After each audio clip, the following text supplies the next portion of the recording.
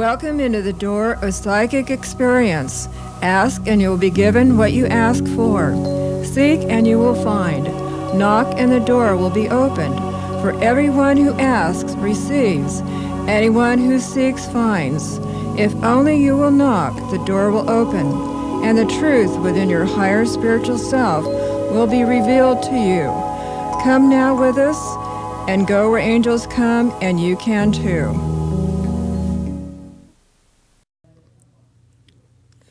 Hello out there. Welcome to Psychic Experience. My name is Reverend Doris Horvath, and I am presenting a metaphysical spiritual talk show, and it is being presented by the First Spiritualist Church in San Diego in the City Heights area, which you can find in the phone book. I can't give you the phone number till the end of the show. We are the church where angels come, and so can you, any Sunday morning. And we have our own angels in residence, myself, our assistant pastor, Reverend Marcella Jones, who is a Yuan Method healer practitioner. And we also have Reverend Rosie Oberles, who is a Reiki teacher now. And we have a new minister, Reverend Margaret Adler. And we have our healing of ministry with a degree of minister's healing, Reverend Celine Clark. Our church is a very old church, actually 126 years old now. And we have many different people on this show once a month. This is the 94th one. And we're very excited tonight that we have one of the ladies that was a pastor in our church for a long, long while. And I'd like to tell you something about her before I introduce Reverend Barbara Klein, Doctor of Divinity, and tell you a little bit about where she's coming from. And it's not just a little bit. She has done just about everything that you could possibly think of that a spiritualist would be doing. She was born Barbara Burke in December, Glendale, California. Her father was a West Point graduate. His name was Howard, and her mother's name was Elizabeth. And Reverend Barbara amazes me, telling me that she has had 7 children. And now there's only one living. His name is Robert. And she has many grandchildren, and we didn't go into that yet. In 1970, she met Reverend Roberta Johnson, who was a Spiritualist church reverend as well. And she started classes 6 to 7 a week with her. And in 1977, she was a minister teaching seminars in Palmdale, Lancaster, Bakersfield, Virginia Beach, Virginia North, Gloria DeBolt, and she was ordained as a Reverend full member, minister, member of the First Spiritualist Church as assistant pastor appointed by Reverend Roberta Johnson. She also served at Harmony Grove, and she also became a pastor at the First Spiritualist Church in 1980. She taught a lot of classes, of which I took all of her classes. I just couldn't get enough of these classes. They were so wonderful, and I decided to become a member because of having such a wonderful teacher. In 1985, Reverend Barbara went to have a Doctor of Divinity degree in Whiting, Excelsior Springs, Missouri. Some of these words are tongue twisters. 1989, unfortunately, she left our church after 14 years of service. She had some exciting things happen after that. She moved to the Netherlands, Holland, sponsored by Nell Klein and Joanna Hines. In 1996, she actually then left San Diego and went back to living out in Yucca Valley. Then in 1997, she went to work for Morongo Basin Adult Health Service Incorporated. And 1999, 1998, American Businesswomen's Association, she was a vice president, treasurer, and president. She did it all. And then in 2004, she decided to have something even more fun. She went to Sweden, and she take care as being a nanny for a little girl who's only 15 months old. In 2007, and 11 years to the day that she left San Diego, here she is back in San Diego, and a lot of us were praying that she would return. So I'd like to introduce you to Reverend Barbara Klein, Doctor of Divinity, my teacher. Would you like to say hello to our audience out here? Hello, everybody. Glad to be here. Okay. I'm going to be asking you some special questions because this is the wonderful way that people out there can get to know a lot more about you than just the biography that I just read about you. And the questions that you are going to be asked are going to be very important because they all tell a story. Reverend Barbara, when did your parents become aware of your psychic gifts? I was very, very young. It was a death message for my father's brother, which was transpired within 3 days after I described the hole, the flag, and the funeral entirely. So you most definitely were an indigo children from the beginning. Most definitely. So having been opened since you were born, can you describe some of the experiences of being clairvoyant that was a teaching and learning experience for you? I have two outstanding experiences. One, walking down the mall one day, and all of a sudden a person just melted down into the ground. And my master told me that it was a ending of a process of a definite physical illness. And right on down the mall from him, all of a sudden a man's face just exploded like a neon light, and that was explained to me that he would be in a very quick death cycle of an automobile accident. So those were two very shocking learning experiences. Well, it's a good thing that you understood that you were having these experiences because you're different. Do you see angels, spirits, and do you experience hearing voices, guides, and how do they communicate with you? Through telepathically and through many times ticker tape. Ticker tape? Ticker tape. It comes out just like typed on a ticker tape, like on a typewriter. So you read it and it's something you see inside? I can read it. Okay. Okay.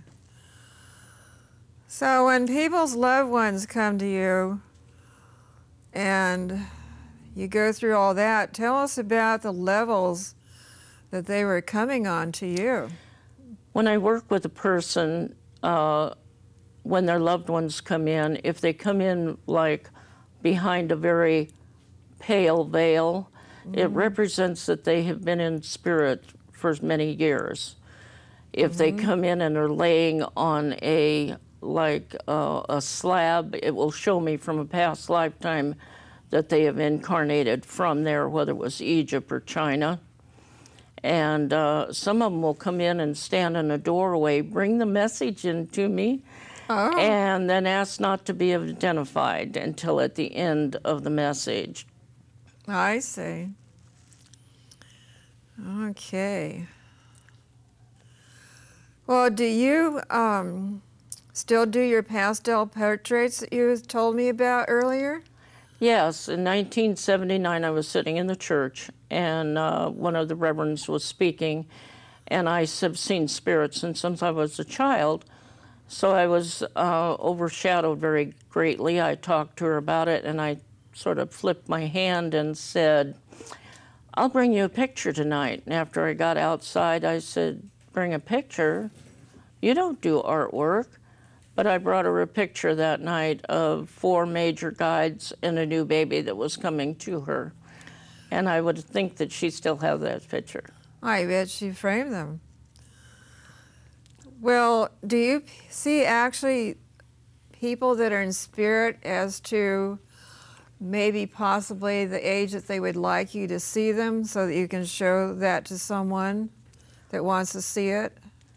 It just depends. I was doing an art of one man one day, a reverend, and he showed it to his mother, and she said, "That don't belong to you, that's my son. Maybe your guide, but he's my son and I want the picture." So I wasn't identified as to who the man was. Okay. Does this have an effect where people seeing their loved ones in spirit with your artwork that is sort of like a healing experience for them? That Very helps definitely. them? Very definitely. And this must allow people to realize there's life after death, or else that wouldn't happen, that you could see that. Okay. Has there ever been a time of more than one spirit on a picture that you're doing? Very definitely. I was at the church and was doing spirit guides, and there was 3-day psychic fair. And this woman was in my office, and I was working, and I worked and worked. She called me back the next week, came in running, and I said, "What is the matter?" She said, "Reverend Barber," she says, "every time I look at that picture, there's a different teacher, a woman, a man, a woman." And I said, "Well, I thought I told you got 7 teachers in that picture." So they would come and manifest to the one that was needed for her that day.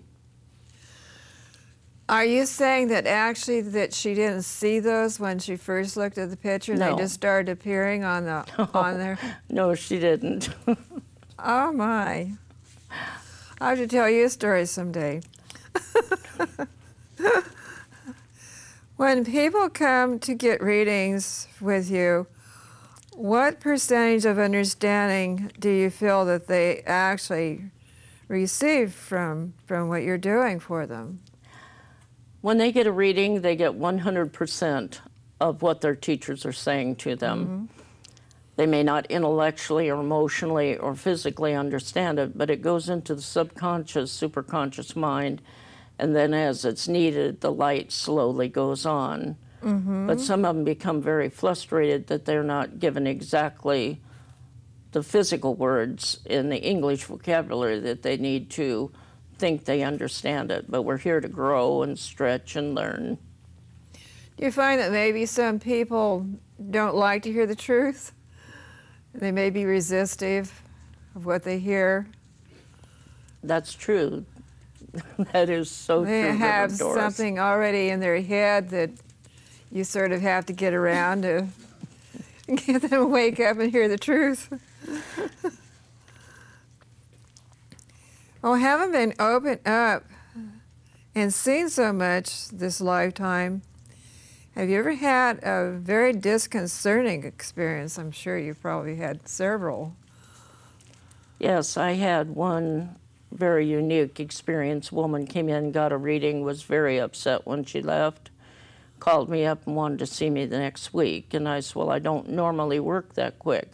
She did come, came in, and because she said that reading, as she left that first day, was only for my husband. It was not for me, Reverend Barber. And I said, "Well, I can't change the words." So she asked me, as I was sitting behind my desk, she said, "How is my husband?"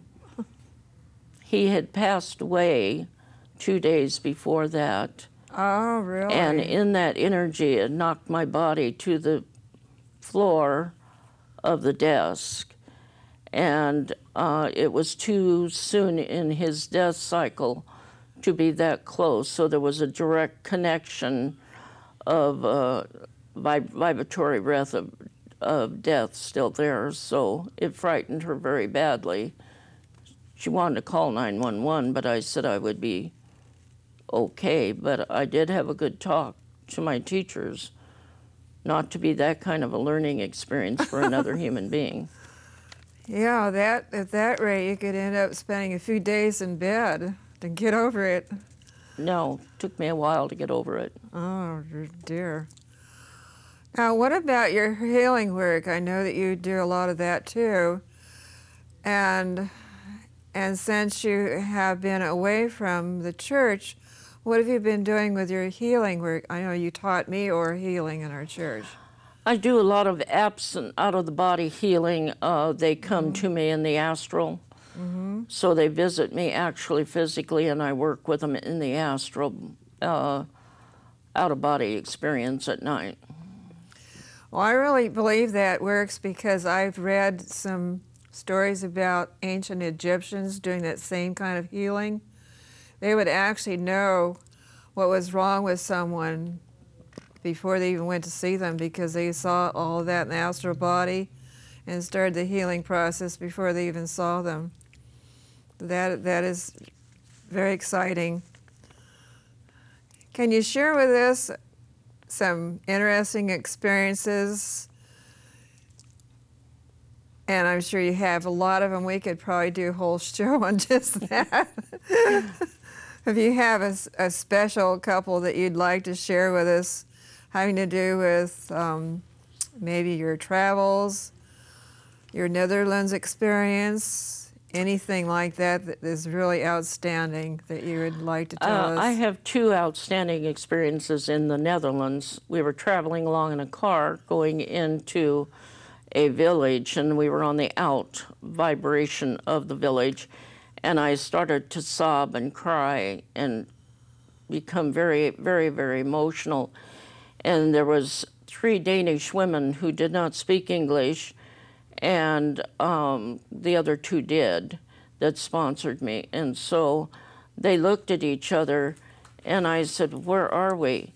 It came to the point, though, that was a village where all the Germans took all the husbands and the boys, and the women stayed there in the village and never left their village, never married. Oh, how sad. That is really sad. And the other one was going into Nykirk, the little village, and I heard this clippity, clippity, clippity, clippity, clip, and we were coming along, and all of a sudden, all of the windows, because everything's right on the street, there's no sidewalk, and here all of these children had their little patty cakes up to the window and was looking through, and they felt my vibration 3 blocks before we got there. Oh. And that was quite an experience. And they just waved and all wanted to come outside. And of course, it was an orphanage and they couldn't come. So that was really enlightenment. So they just really felt you were coming. It was really, really great. Oh, wow. Well, my most interesting experience I had with you was when I first met you in the first class I took with you. I was sitting right in front of you like we are right now. And you started talking to me, and I had this experience. I felt my third eye opening up like you're looking inside of my head. And I didn't get scared or anything because I already had spent 5 or 6 years reading a lot of interesting metaphysical books. And I was sitting there thinking, this is happening. This has to be the lady I would love to have for a teacher. Well, thank you. And another thing that happened that was interesting with that, I was dating someone at that time, and I suggested he go to you for a reading. And afterwards, we met and had lunch, and when I sat down opposite him, he had actually, in his reading with you, you opened him up. So when I was sitting in front of him, this happened again because he'd just seen you. Oh, really? I thought, this is just really amazing. Well, we could go back many times, Reverend Doris, and talk about a lot of funny, funny things about something rolling and rolling down the aisle. Oh, maybe like somebody's ring? Yes. We won't talk about that one, though. That was really something else. Forewarned, forearmed. Well, the funny thing about that was, I won't say whose ring it was or anything, but the person that picked it up was the next one to do the same thing. Yeah. And neither one of them worked out. And they were both the same astrological Right. sign. It was really something else. The all-knowingness of it. I think back about all of that, it just is just awesome. And I'm so happy that you decided to move back to San Diego. It's so good to be back. I didn't think I'd ever return, but God brought me back, so here I am. Well, a lot of people are glad that you came back. They're just too far away. And I have a lot of people that were asking for your phone number because they wanted to talk to you on the telephone because it was too far to drive. And I understand that you're going to be teaching again. That's great. There's some things coming up. I'm not for sure, but it's slowly but surely coming together. Okay, well, that's great. I've got a couple of upcoming lectures. Good. Well, you're going to be lecturing in our church the 17th of February. Yes. It might be not soon enough for people that see this on TV to know that. I'm not sure about that. It depends how fast we are in getting all this out. Any other interesting stories? I was in North Carolina. I had taught 3 weeks in Virginia Beach and took a break down to North Carolina. And there was a lot of sobbing there when I went there. We went into this center, and everybody was stopping, and they were turning around and looking at this man that I was with. And I said to him, I said, "What is the problem?" I said, "Everybody is looking at us." And he was a Gemini, and he was he'd been a prisoner of war 9 years. Mm-hmm. So he says, "Well, look up above us," as we walk through this. And there was carvings on wood that was identical to what he and I looked like that day. Really? And he says, "I think we have been here before and done this before." And I mean, it was something I will never forget. I guess so. That is a deja vu for sure. Well, how do you feel about being an older person who is one of these crystal people, crystal children, indigo children, whatever you call, and people are talking so much about indigo children? It was a normal thing for me to just be. You know, it was not different. I thought everybody saw and heard and smelled and saw the other side. What happened when you went to school? Did anything happen? When you first went to school and found out that you weren't like those other children? They pulled the children away from her. She's a pretty little blonde, but she's weird. She's weird. I didn't feel weird. Was your mother Gemini mother also psychic? A lot of Geminis are. Oh, yes. Mother was raised in a spiritualist home. Her mother left her when she was 9 years old. Mother was 11, her sister was 9, and the oldest girl was 14. Mm-hmm. And she went to Del Herrick, who was a famous seance medium, and their mother helped raise them from the other side. Oh. Through him. So her mother actually went into spirit, and then yes, she found another way to continue. Right. That's wonderful. Well, Geminis are very gifted people, and I have found that a lot of them have those abilities, but they keep very quiet about it. They don't want anyone to know about it. Right. That's the way my sister was.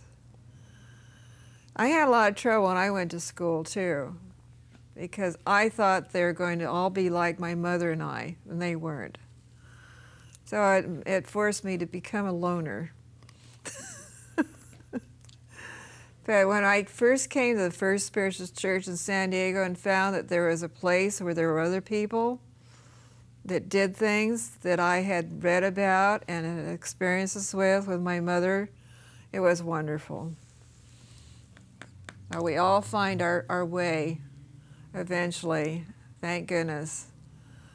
Because even where I worked for 12 years, I think it was 17 years, people were staying away from me. Right.